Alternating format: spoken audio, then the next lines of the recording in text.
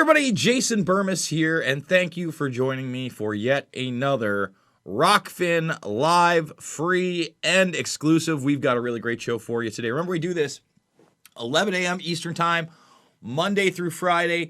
Not sure if I'm hitting the road tomorrow, the day after, so we should have some kind of a New Year's show for you. I may pre-record that in case I have a hangover. I'm just being honest. You see, we're open here in Iowa. I can go to a bar. I can talk to a girl. I can order a drink. I could even, get this, be around people I don't know and physically touch them. I know, it's wild sauce. It's wild sauce, but that's not what today's show is about. Today's show is a very special show because we are going to be reviewing Seven, the recently released documentary film from Architects and Engineers and Dylan Avery. Of course, it came just in time for Christmas. And if you haven't seen it yet, it's just in time for New Year's, baby. You can get it on Amazon Prime. You can do iTunes. There's a ton of different venues on it. And to review it, we have the man, the myth, the legend, Dylan Avery himself. Dylan, how was your Christmas and how you feeling today, brother? Christmas was all right. I've been trying to hit the road and go see my mom down in Asheville for like the last month, but things keep popping up and my dog's not doing well. Oh.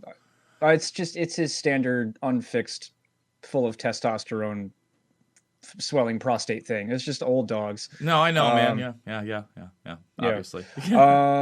But yeah, no, Christmas was all right. Just kind of hung around the house and I was supposed to go meet up with someone, but then that fell through. So I've just been kind of chilling. I'm hoping I might actually see you in DC. We'll see. Oh, I'm wow. thinking about it. Oh, wow. I'm thinking, whoa. I'm Now thinking we're about going to it. DC. Oh. I'm thinking about it. We'll see if I actually You should go, man. I was listing off how many people are going to be there that I'm going to see. You know, I got to call Pat, but he texted me last night, Pat Miletich, legendary UFC Hall of Famer, coach of other UFC Hall of Famers, champions, ex-champion himself. You know, I already... He followed me on Twitter. I followed him back. You should. You know, Pat's a really good guy. He's a fan. You know, we discussed actually 9/11 loose change over the summer when I met him. Now, Rob Dew, already in contact with Rob. He's going to be there. I met a couple of different protesters through the lockdown stuff in New York that are going to be there, that were there last time. There's a lot of people going to be there, man. And, you know, Tim Pool's supposed to be, whatchamacallit, he's supposed to be streaming live somewhere from D.C.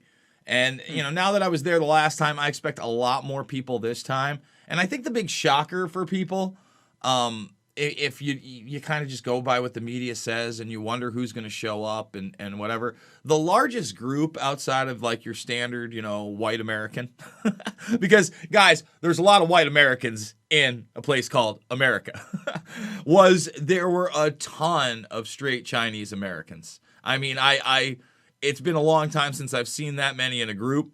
And they were probably the second largest, most prevalent group outside of, I mean, I guess if you lump the Proud Boys in, because a lot of those are middle-aged American white men. Not all, for certain. I mean, you know, I interviewed the leader of that group, Enrique. I forget what his last name is. But, you know, I talked to him really briefly the night before the event.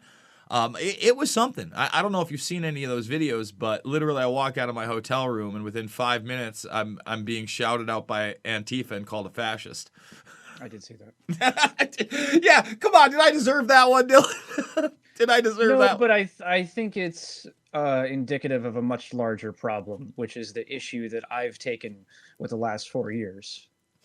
It's this general radicalization of people. And I know some people will interpret that to mean one thing and probably different than the way I'm saying it. I'm just saying people have gotten really weird over the last 4 years. And that's partially why I do want to go to DC, because I do want to see this for myself. Like, apart from seeing the Trump flags and the bumper stickers, like, I haven't actually like seen this myself. And if January 6th is going to be one of my last chances to do so, I already want to hit the road. I already want to go see my mom. It's on the way. Stop and see my brother and my dad. You know, we'll see. What state is she in? North Carolina, Asheville. Okay. Well, look, the way I looked at it was this. I think you're right on the radicalization, right? for me, it was weird because it wasn't like I was going in there to go razz up Antifa. I'm literally lost on the block trying to walk towards, a group of people, and I'm getting screamed at immediately. And obviously, I've taken issue with the lockdowns, the mask, this whole thing, And I'm getting screamed at by someone who's in a mask. Then I'm being flipped off. Then it's a fascist. Then there's a megaphone. And no offense, it's not like I'm the best things in breakfast. But come on, man, I do more when I have my morning coffee to fight fascism than those fuckers do. Like, I'm literally thinking about more. I understand they think they're being active, but that's not how you engage people. Well, but that's my point, is that you can't do anything without automatically being assumed to be on one side or another. And for me, like, I'm just trying to figure out how to fucking dress for this thing so I'm not, like, clearly, like, looking like I almost want to, like, bust out one of my old InfoWars shirts. And no, don't do that. Well, I don't know. Like, I don't know how to dress. There were some of that. Safe. Obviously, I got recognized quite a bit while I was down there. But I'd say this, I was walking around in that cheap little Captain America jacket that I got, when Avengers 1 came out, right? Now, a lot of people did actually assume that somehow I was pro-Trump because I had, like, the American flag stuff on me. I mean, you know me, I'm not MAGA. I wasn't wearing a Trump hat. I'm not with the Proud Boy. And the guy I was with, you might actually remember him, Joe Scanoni.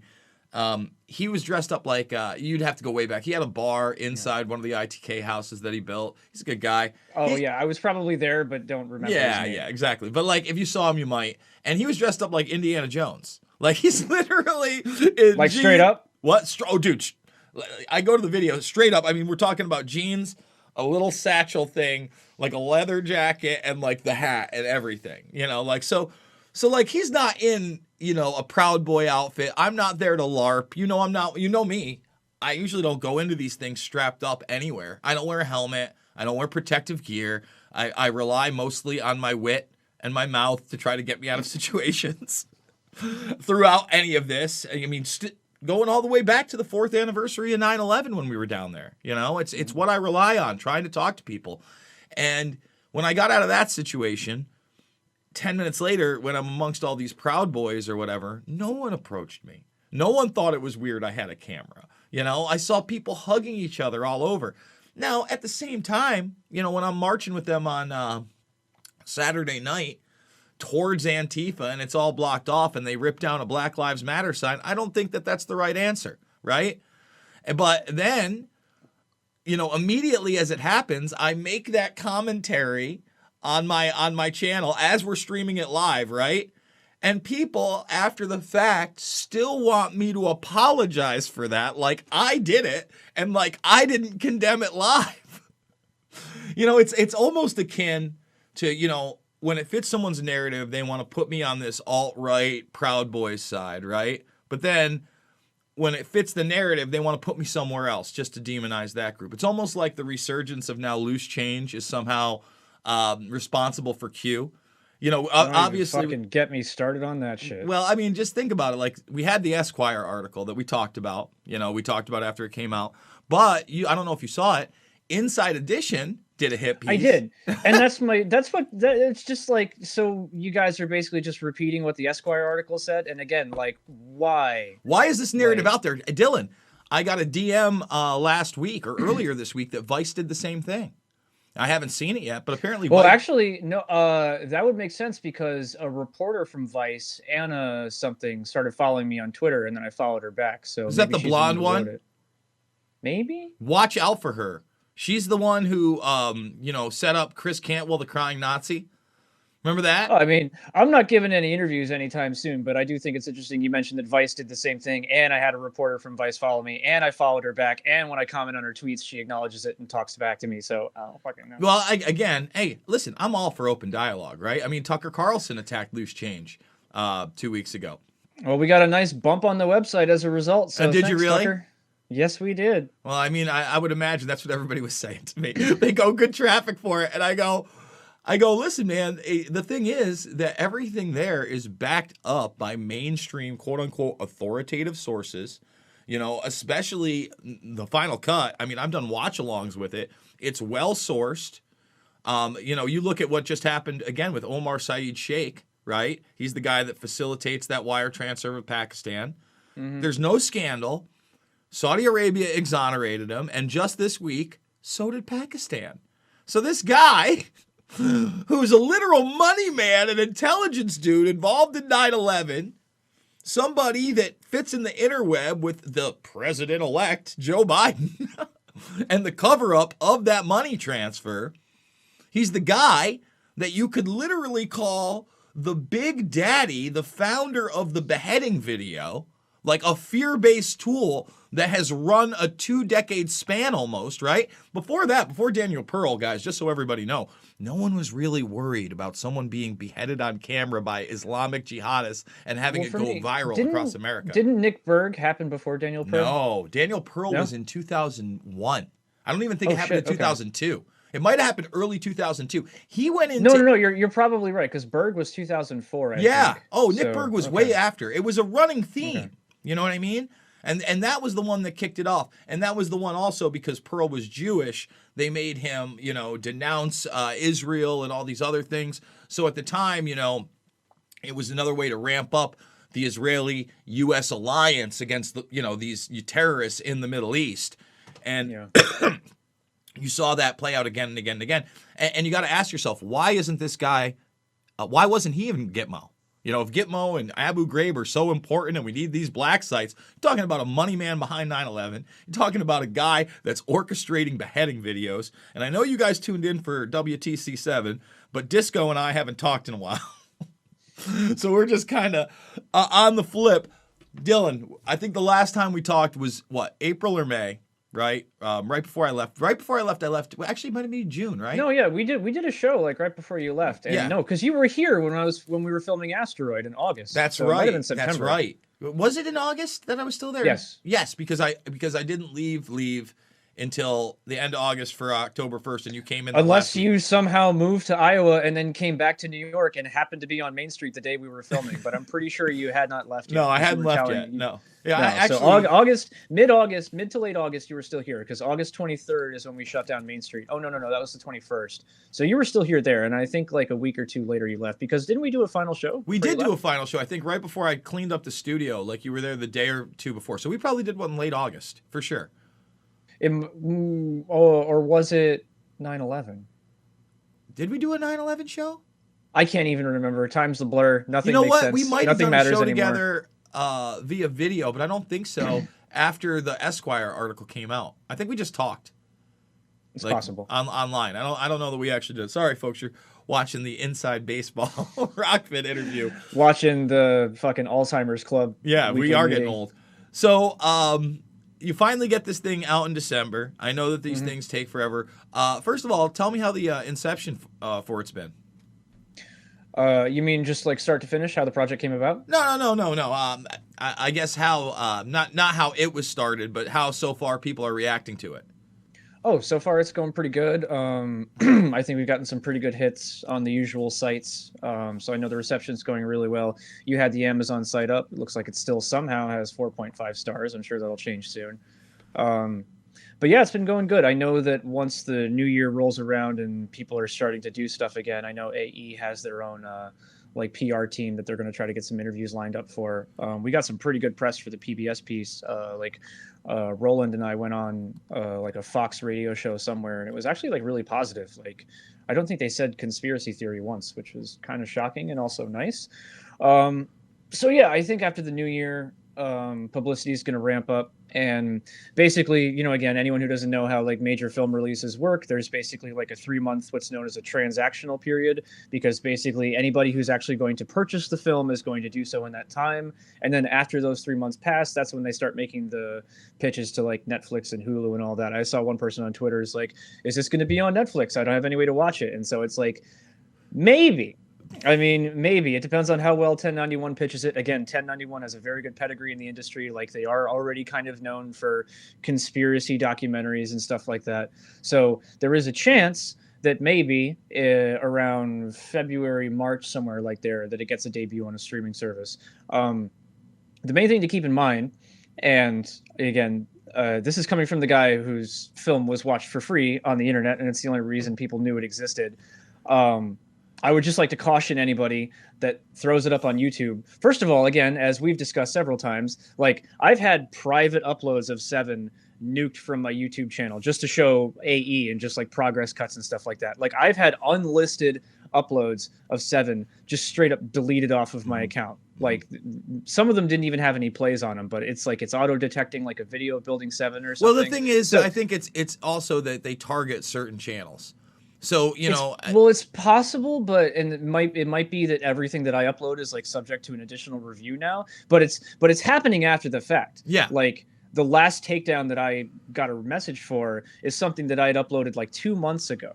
So I just find it funny that like my unlisted uploads of the film get taken down by YouTube, but people are uploading the full film on YouTube in 4K and are not getting shut down. So all I'm going to say, but again, like watch the film however you want to watch it, like torrent it, do whatever. But the more people watch it for free on YouTube in this period, the less is going to go to transactional and the less chance there is to go to Netflix. I don't care either way. Like I made the movie, it's done, like it's in AE's hands now, but I'm just saying anybody who wants to see the film on Netflix at some point should at least take into consideration that if everybody's just watching it for free on YouTube, Netflix or Hulu or whoever is going to look at those numbers and go like, oh, well, everybody's watched it for free online already.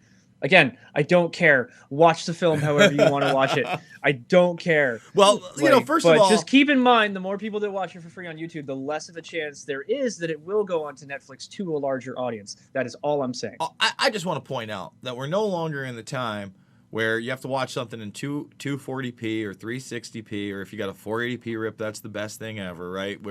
Or you have to pay $20 for something and wait for it on DVD or Blu-ray. For $4.99, the price of a super chat, you can't even get a Big Mac meal for it. I think they give it to you for like 7 days. And you know what? Share it with who you want. You don't necessarily have to pirate it. And he's right. We want this information to get out because I think that this is a really tight production. I think it was very smart to keep it at the length that you did.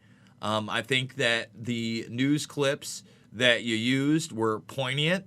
And they weren't too far, how do I say this, revelated upon. You kind of just put it in and you let it sit there for about a second and then you moved on. You didn't make it a big thing. Just like in the beginning when you're talking about Seven and you talk about the agencies in there. You don't really make a big thing out of it. It's just like, hey, this wasn't a normal office building. So, right.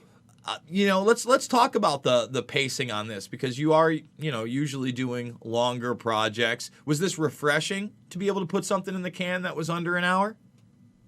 It was refreshing, but it also changed several times because again, like the whole idea of the project, for anybody who still doesn't know, is to make a documentary that focused on Leroy Halsey's study and his findings. And so for me and for a lot of pretty much everyone involved at AE, we were all like, yeah, this is probably going to be like 15, 20 minutes. We'll talk about Building 7 a bit. We'll mostly focus on the study and that'll be that.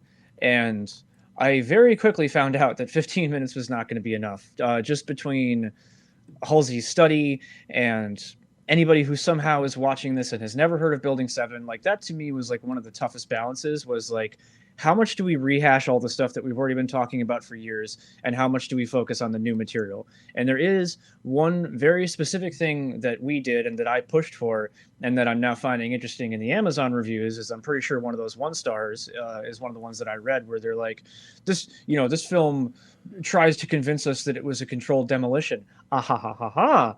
The film never mentions controlled demolition. Like, I don't even think explosives are mentioned. Forget about just controlled demolition. I don't think the word bomb is used. I think the only time you hear anything similar is when they're talking about explosions throughout the day in New York City during the attacks, like during perhaps like that little montage of news reporters. Ashley Banfield's in there towards the end. I think that's the only time.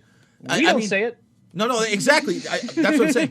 It's only mentioned in there, and I think that, obviously there's that infamous clip, that building's coming down, it's going to blow soon. That's it. No one says anything about planting bombs. No one discusses any type of material that may have caused the collapse, nanothermite or otherwise. Nothing like that. I would say the furthest that you go on that or anything like that, is to just point out the amount of time the fire burned at World Trade Center 1 and 2, and then the thermal imagery from NASA. Yeah, and I mean, again, I think it's fascinating that. I mean, to me, it's basically a tell that anybody who says that about the film, like, there's no way this building was brought down to controlled demolition. It's like, all right, well, you might have heard that elsewhere, but you didn't hear it in this film. Because that was, to me, like, when you speak about things that are refreshing, like, that was the refreshing thing about this project, is that not only did I have the ability to kind of revisit this and also do it with a professional crew that I know from Los Angeles, amazing DP and sound guy, but it was an ability to look at it from a different lens, and also for me to try to stay true to Professor Halsey's approach, because at the end of the day, the film is about him and about his study.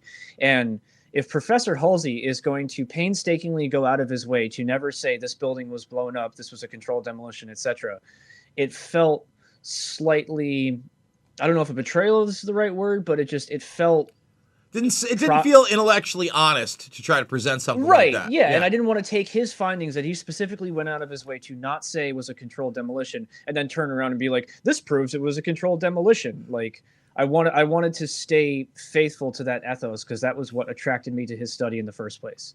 Yeah, and one of the really fun things for me about the study is that, he's presenting this to a classroom of mostly, 20-somethings. I love that scene. What's that? I love that scene. Yeah, it's a very good scene. I mean, I know that later on you talk to a couple of the students. It's short. It's about 90 seconds, maybe less.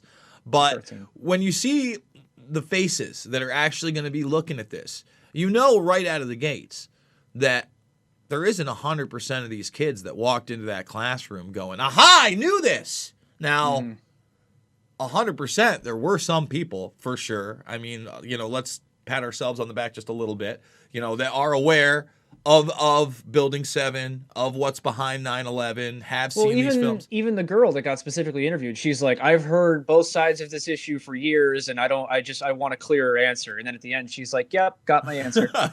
And well, exactly.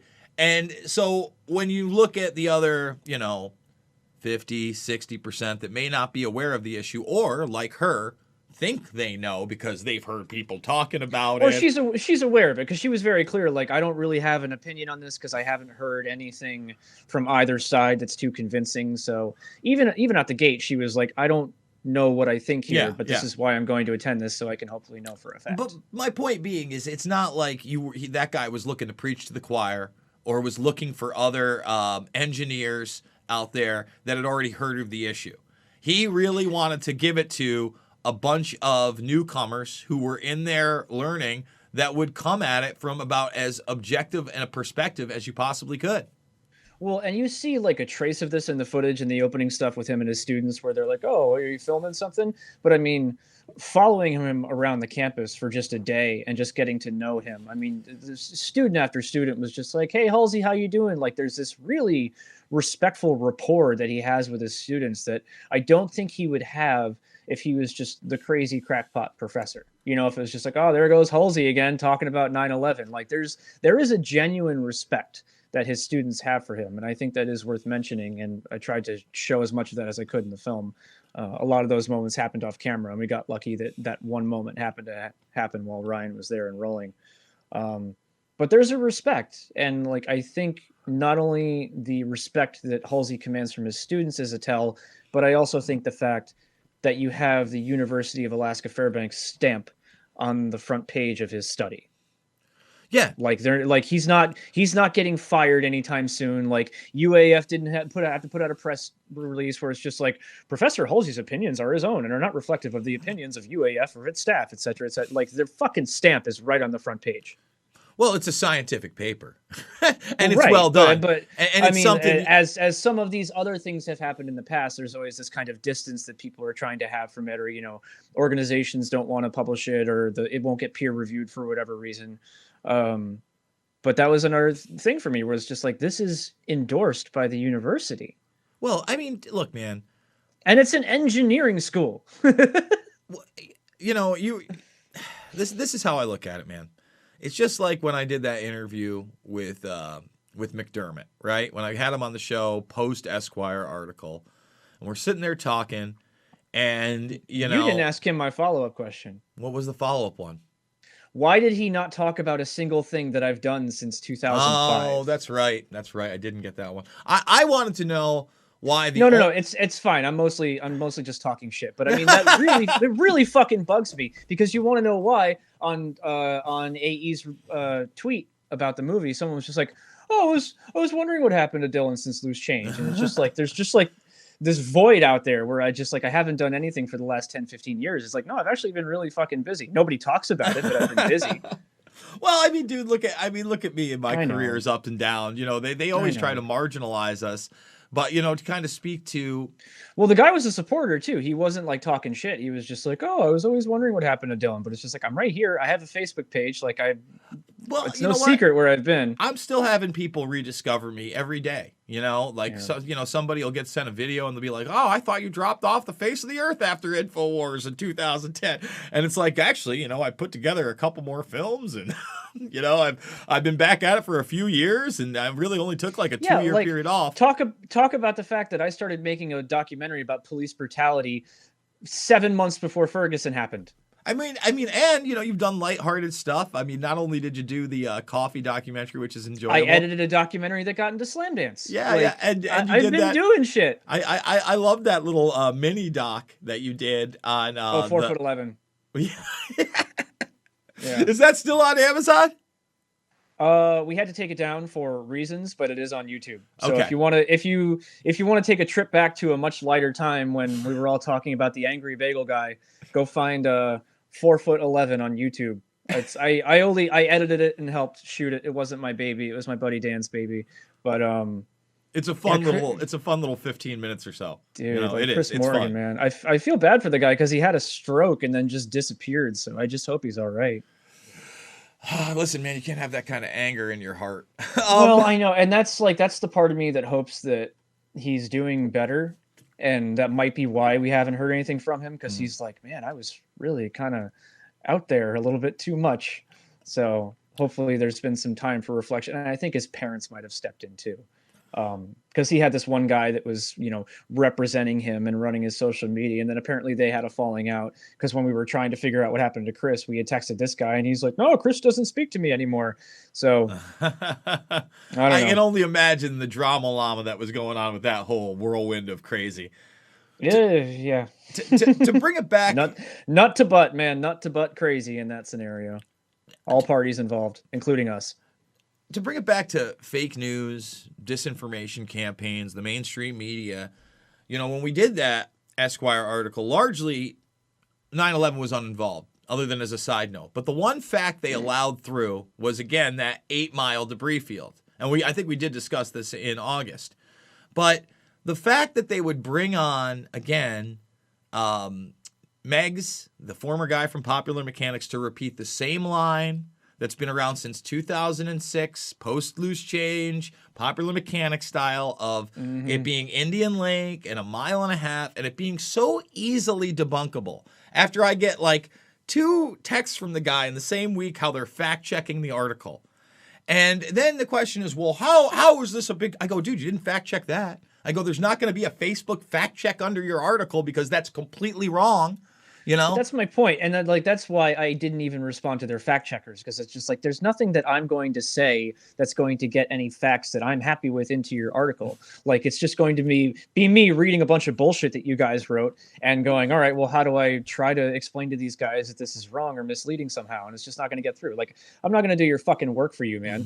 It's just like when John messaged me. He's just like, how old were you in 2005? It's like, dude, that's very easy to figure out. That's very easy to figure out. First of all, I have a Wikipedia page. Second of all, I'm sure if you read the Vanity Fair article, it mentions what age I was at that time when the article was written. And it's just that's what I hate, is the hypocrisy of these people who are like acting on this fucking pedestal, like their research and their fact checking and their understanding of the world is so bulletproof, but they can't get basic information out of the internet that... And like emailing me like, can you send me the thing where the Jersey Girls endorse the architects and engineers for 9/11 Truth? It's like, can you fucking Google it, man? Like, can you literally put into quotes in Google architects and engineers, end quote, begin new quote, Jersey Girls, end quote? It'll probably be the first result. And it's less that he's trying to like understand what it is we're saying, and more that he's trying to find out if something that we said doesn't exist.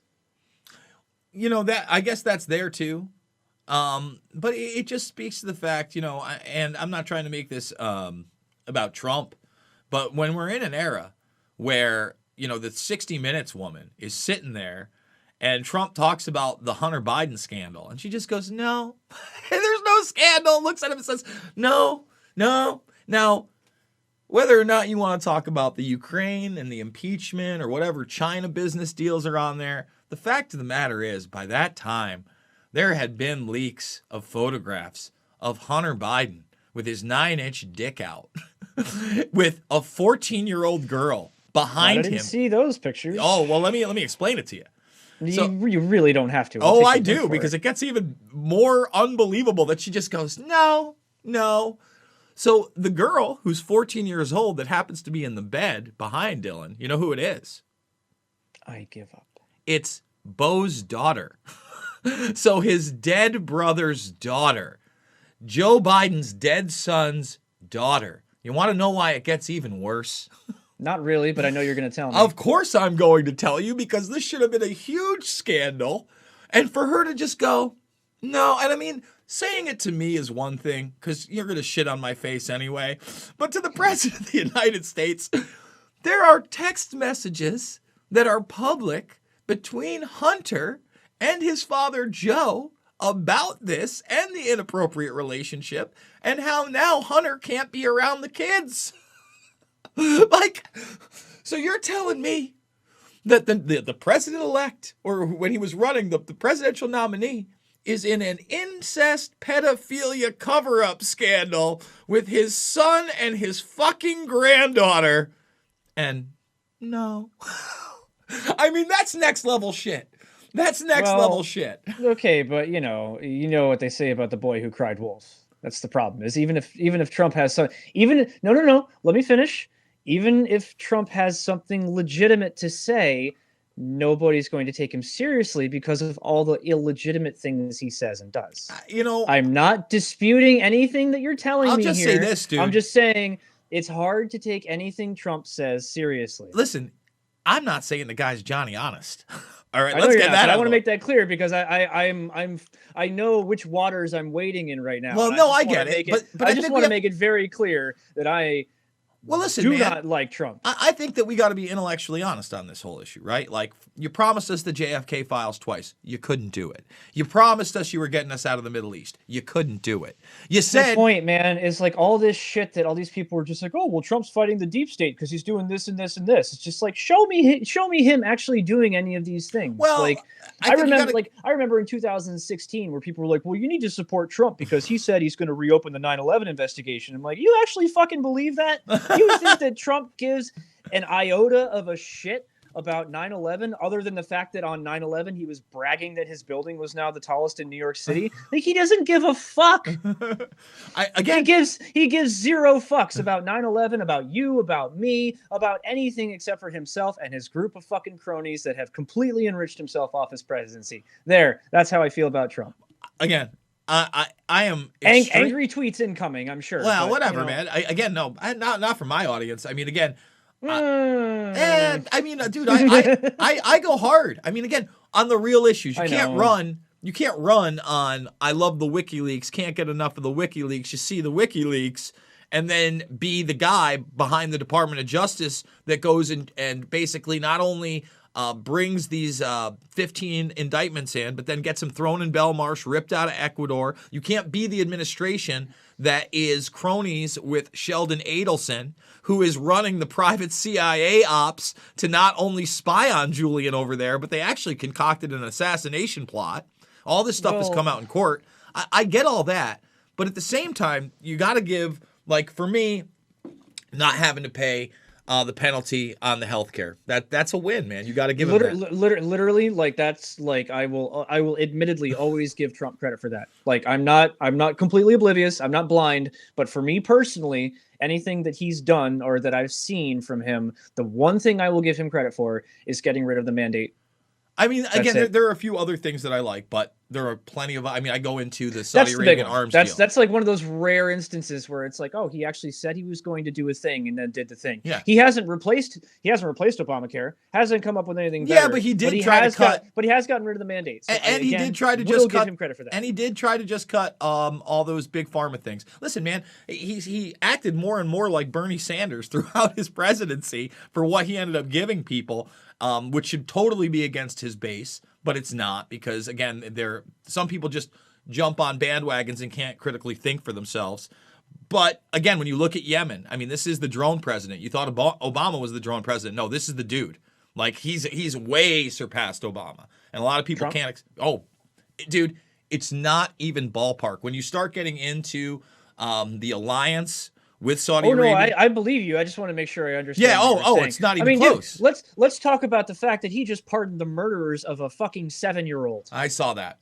Yeah, I didn't like that either. The Blackwater guys, right? Like, dude, like down the road from my house is a pro-life for Trump sign, and I literally just want to take that article about him pardoning the murderers of a 7-year-old and stapling it to their front door. Obviously, that's destruction of property, so I'd use tape. I wouldn't staple it. But just like these people who just repeat this shit about Trump, he's just like, oh, he's pro-life. It's like, why is he pardoning fucking murderers then? Because again, he has this big war stance, and I don't think again, why would you have a guy like Madison? Why would you have a guy like Bolton in? Why would you trust a guy like Bill Barr? I just think that's the other thing is, like, he brings all these people on board to his administration, and when they're no longer useful to him, he's like, oh, I always hated Michael Bolton anyway. Like, he can never not Michael Bolton. Oh, let's stop. How dare you say that about Michael Bolton? Sorry. His single with the Lonely Island is fantastic. You are talking about the walrus mustached man, John Bolton. Please clarify. John Bolton. Michael, this is what happens when I get riled up. The words, whatever. John Bolton, not Michael Bolton. Michael Bolton's a saint, both the singer and the character from Office Space.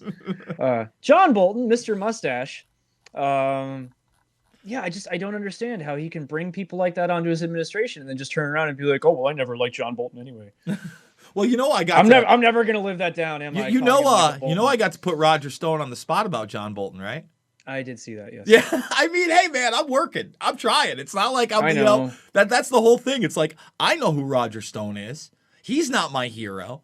But again, man, to bring it back to the point that started all this, they had that laptop at least even before the impeachment. They all knew that the Ukrainian scandal was real, the China scandal was real. And like I said, you especially know how passionate I've been about high-level abuse of children.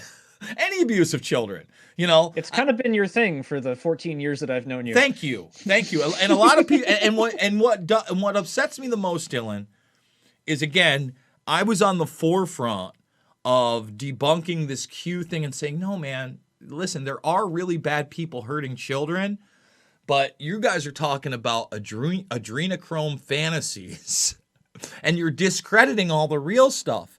Like, how wild is it that what I just told you about Hunter and Joe and the granddaughter, the niece, is real, but I gotta worry about satanic pedophiles on television being asked about in press conferences at the White House? The media is not, and to speak. This to that, is my thing, and that's what I'm saying about the radicalization. It's just like, you can no longer have a single opinion about anything without being lumped in with all the other people that share that opinion, but also have all these other opinions that get lumped in with that same opinion. Mm-hmm. Like, I fully identify as a centrist at this point. Like, I'm not a fucking Democrat. I'm not a Republican. I'm not a liberal. I don't even call myself a libertarian. I'm just a centrist. You will find me right in the fucking middle. I always go with constitutionalists because I love that document. I think, the Constitution, the Bill of Rights, that's the way. I think, a government for and by the people is the only way that we're going to solve all these issues. But again, I think, especially what we're seeing right now, everything is coming home to roost because we refuse to stand up for, illegitimate major events like 9/11 and what ensued. The war on terror is a microcosm to me for what's happening now. And we failed. We not only failed before 9/11 and, pre-Iraq war, but we continued to fail in exposing the war on terror, so that under Obama, you did have this large expansion through the CIA, Operation Timber Sycamore, into Syria. You did see the expansion of what was going on into Africa through AFRICOM. And you did see, the seeds of what would become the Trump presidency, the Saudi Arabian alliance growing stronger, and what we're seeing is genocide in Yemen. So, you can't keep doing those things, and you can't start a movement, and this is where I'm with you, where you think that the bad guys like John McCain, who helped start ISIS, are at Guantanamo Bay, and Guantanamo Bay is a good thing, and they're taking out the deep state there, and they're wearing bracelets and boots. Let me explain something to the audience for the bazillionth time. Guantanamo Bay needs to be shut down. Guantanamo Bay is a bad, bad place. When the Democrats ran in 2008 in the primaries, we did a watch along on the debates. Good old Hill Dog and Barry Obama and John Edwards and even Joey B. They all said they had a plan to get us out of Iraq. They all said they were going to close Guantanamo Bay. Guess what? Obama's big thing, from what I remember, is I'm going to close Gitmo. Like, I from what I remember of his campaign, every one of them, Dylan. Dylan, I did the first ever YouTube debate. So it was the first ever one sponsored by YouTube. It was like 2007 in the run up to 2008. So they had the big question. Everybody was at, even all the questions up there. It was just so different, starkly different from what we saw in 2020, 12 years later, to the point where 3/4 of the questions that were coming in there were about the war and when it was ending. Okay. It was all about the war and when it was ending and how we were going to stop this. There was almost no foreign policy discussed whatsoever at either side of the debates. Forget when we got the two, toss me off presidential debates that barely asked a question. Even in the primary debates, when the issues would come up, I remember the first debate. It was, I think, an hour 20 in the first Democratic debate before it came up. And I think Tulsi Gabbard had to force the issue. And from that moment on, they were like, Russian disinfo. You're not coming to the debates. And they worked her out of the debates. I think she got to do 2, maybe 3 max out of all of them. And she qualified for some... Didn't she get squeezed out in this last cycle too? Yeah, she actually qualified for one of the last 2 debates, and they just changed the rules. They're like, you know what? We've been pissing on your face the entire time. I got a hot steaming dump coming. I'm just going to turn around. Bermus, your knack for metaphor never ceases to amaze me. Hey, it's why they keep coming to listen. Or is that a simile? No, simile is no, because you used the word like, so that was a simile. Yeah. You would know better than me. I'm just a beauty school dropout, dude. No, because that's one of the few things I remember from school. It's like, well, a simile uses the word like, and the metaphor doesn't. So you just used an amazing simile about pissing and shitting on people. Bravo. Hey, and we are going to put this one up on the YouTube. It's probably not against the community standards. That's demonetized. Dude, we've been fully... That's the other thing. I know. Well, you want to hear another... I don't know if we went over this one, but... So, I do the Mixed Martial Mindset podcast once a week, right? Mm-hmm. Yeah. Their website's down right now, but that's a whole nother story. I got to get back to thegruelingtruth.com and see what's up there. But essentially about 3 months ago, they demonetized his entire YouTube channel, thegruelingtruth.com, which was just audio versions of the podcasts. He didn't put the videos up there, just audio. And he reviewed his channel, and they got back to him in 24 hours.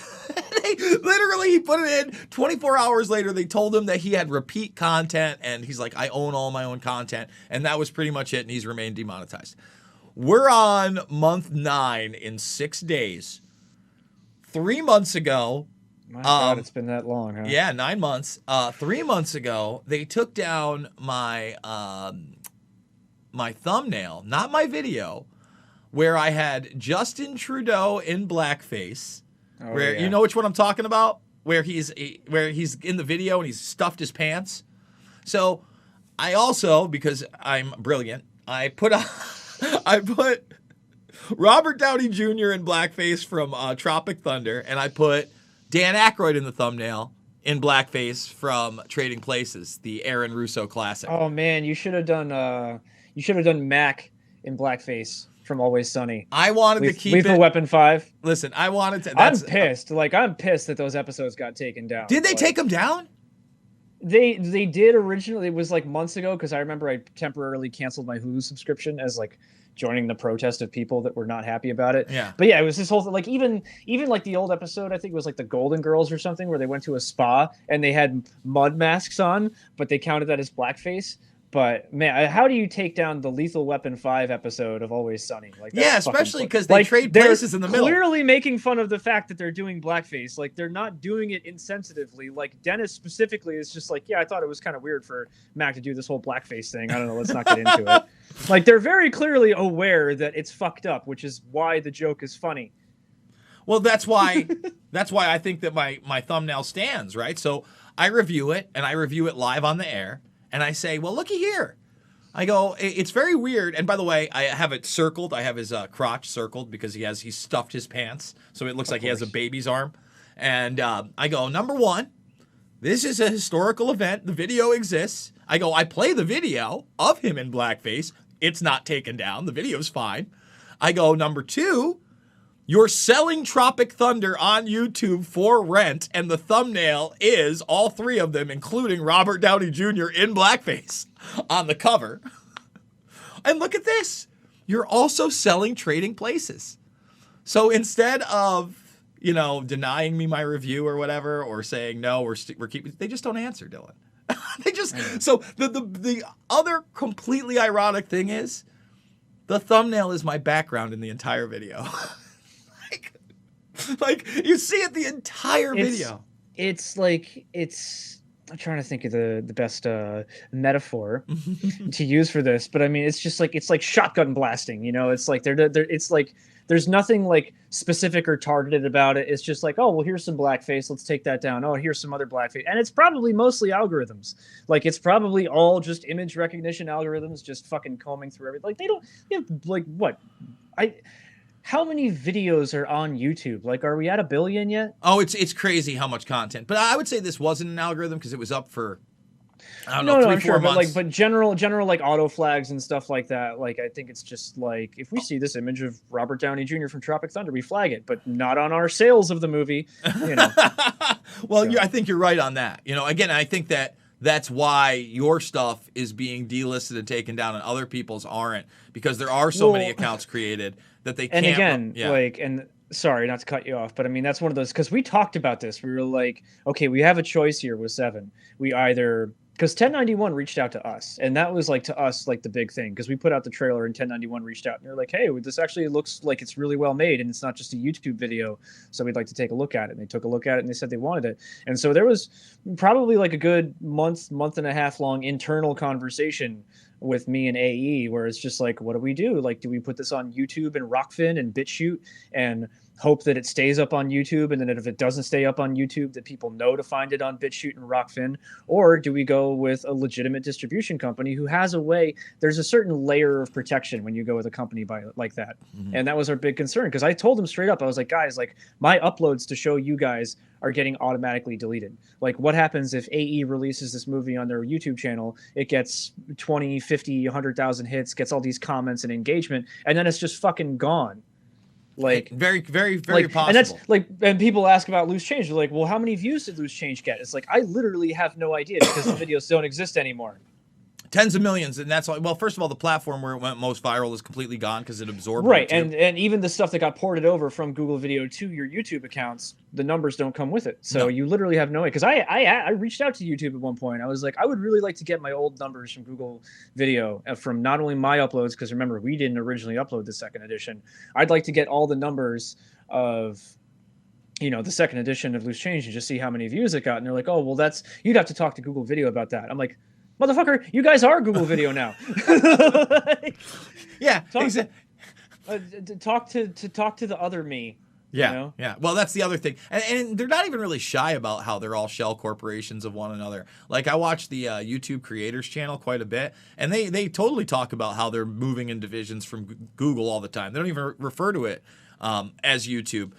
Dylan, we've been doing this almost an hour. I feel like we should wrap her up. I am. Barely talked about 7. We talked about it a little bit. Well, we did. I mean, we hopefully showed people where we can find it. And again, I like Amazon Prime because I'm obviously a member. I don't care. It's just funny. Like, come on and talk about 7. We've been talking about. Well, what else were we gonna do? But no, it's fine. And again, I'm glad that I got to at least explain my position on Trump at the administration, because again, I try not to be the orange man bad kind of guy.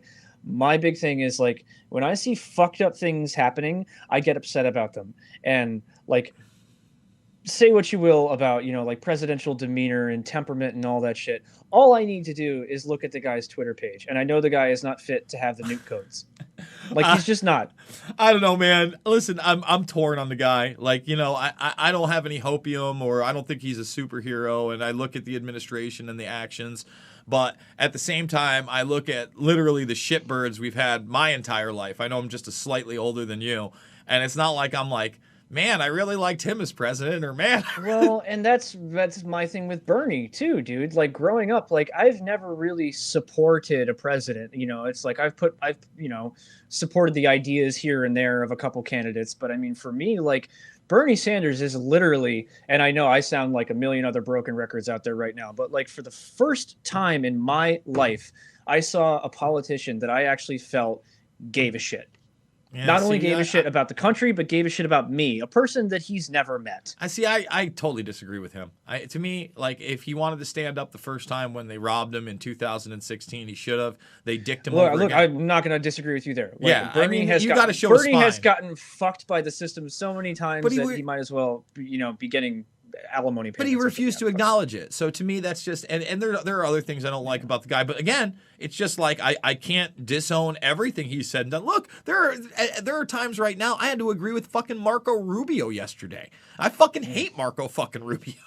Like, don't get me going about it. It's not my favorite thing. But, again, I can't sit there again and be intellectually dishonest. And it's just like when Tucker attacked Loose Change. I played that clip and I go, I'm sitting here and I agree with about 90% of what this guy's saying, but then he's calling for the censorship of these films saying, oh, why isn't this taken down? I can't get down with that.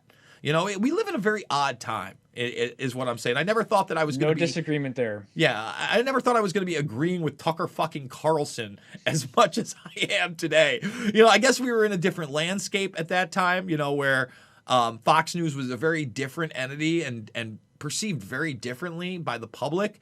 But then again, so was the presidency all around, whether it was the Bush era or the Obama era. There was nothing like... Everything's different now. Yeah. Nothing is the same as it was 10, 15, maybe even 5 years ago. And that's what I'm saying, dude. Like, there's something about the last 4 years that's just not good. And it's not just Trump's fault. I'm not saying it's all Trump's fault. I'm just saying that what I have seen in both the country that I live in and my personal relationships with people that I knew very well previous to Just saying. You said the last 4 or 5 years? Might want to give this a read. Out in 2013. You know where I got this?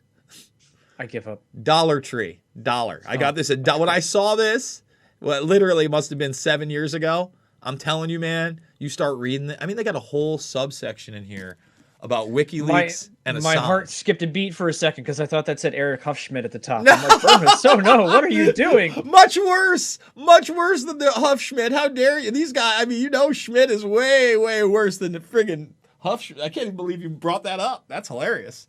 God knows what he's up to. I see Eric and Schmidt next to each other, and I get like little PTSD flutters in my heart. No, man. That's God, dude, you remember that fucking like hour and a half long phone call that we had where like the three of us are like trying to explain to him, it's like, dude, we're not Jewish. Like, what the fuck are you talking about? And he just would not relent. It's like you got three people on the phone that you're accusing of being like Jewish, Zionist, double agent, whatevers, and we're all like, dude, we have no fucking idea what you're talking about. And this is the days of the DVD and MySpace and like way back. I do remember that frantic, like weird phone call with him. And that was the era where we were packing DVDs every day. And we were throwing them in envelopes, and that was like early 2006 because we started to take off, and then he wrote an article. I can't even remember what led to us having a phone call with him. But I ultimately came down to it's just like, let's try to clear this shit up somehow with this crazy fucking egghead lunatic. Well, he did what? 9/11. Does not like Jewish people. What was it? Painful Deceptions, and what was the other one? Painful Questions. So one was a video, one was a. Yeah, that's right. He had his book, and then he had the video version. And yeah. I think the video version was Painful Deception. And let me just say this. It had really absolutely nothing to do with anything but the science behind 9/11. There were no groups that were mentioned. It wasn't pro or anti-Zionist. The stuff he did, Painful Questions and Deceptions. It wasn't until later that he just went totally nuts. Are you sure? Oh, 100%.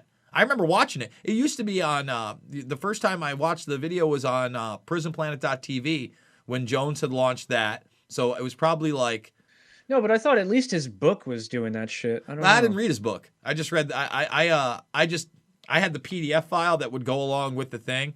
And I don't know, maybe he did at the end. I mean, there was a lot of weird stuff going on. Remember there was that He whole had Victor to. Thorne, I forget who they were. Remember those people? Oh, Victor Thorne and Lisa Giuliani of Wing TV. Yep. Victor died a couple years ago. He sure did. Yeah, he passed away.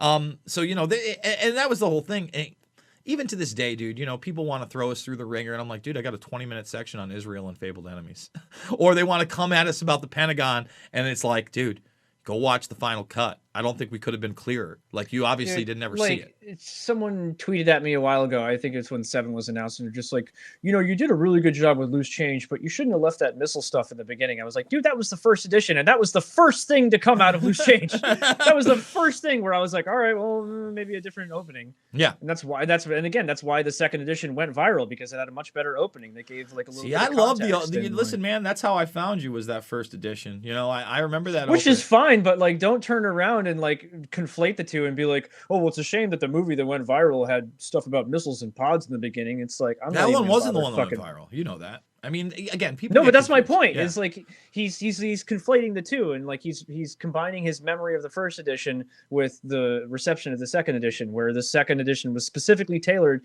to get rid of the stuff that people didn't like from the first edition, and the first thing to go was that opening. Yeah. Yeah, well, and then again, Final Cut was our own investigation, and I think it clarified whatever happened at the Pentagon and opened up a lot more possibilities. And again, at the time, was 100% intellectually honest, and people just don't want to hear that. They always want to pigeonhole you. They either want to demonize you for being some kind of disinformation agent, or they want to demonize you and say you are the birth of Q.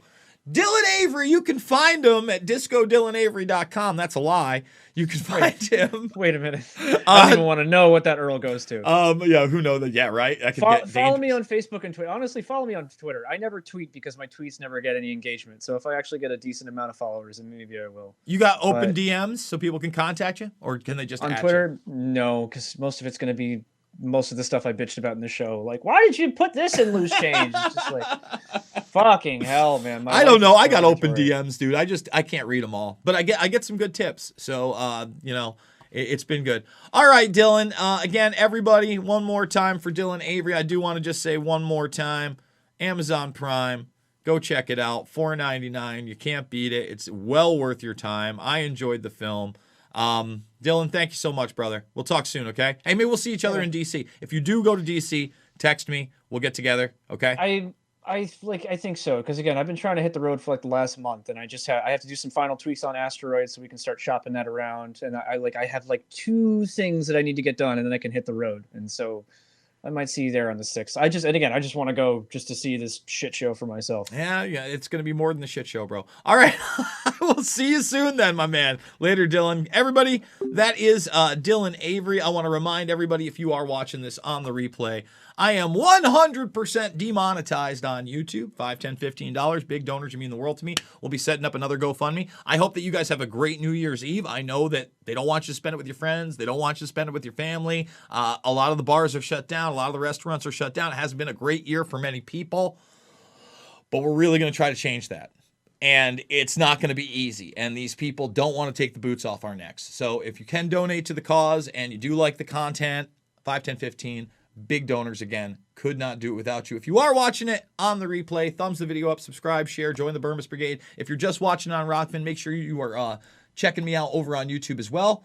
All the documentary films, Loose Change, Final Cut, Fabled Enemies, Invisible Empire, A New World Order Defined, and Shade the Motion Picture are free right here, right now. And Rockfin.